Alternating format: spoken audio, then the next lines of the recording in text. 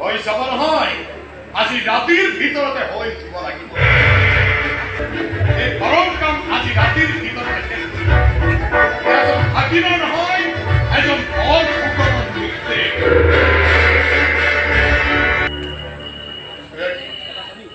ঘৰৰ কাম সম্পূৰ্ণ হোৱা নাই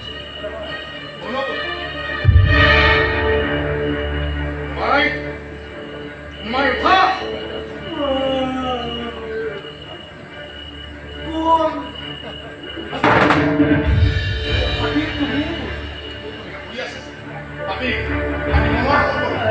দিনৰ দিনটো কাম কৰি ইহঁতৰ বৰ ভাগৰ লাগিছে নহয় ভাগি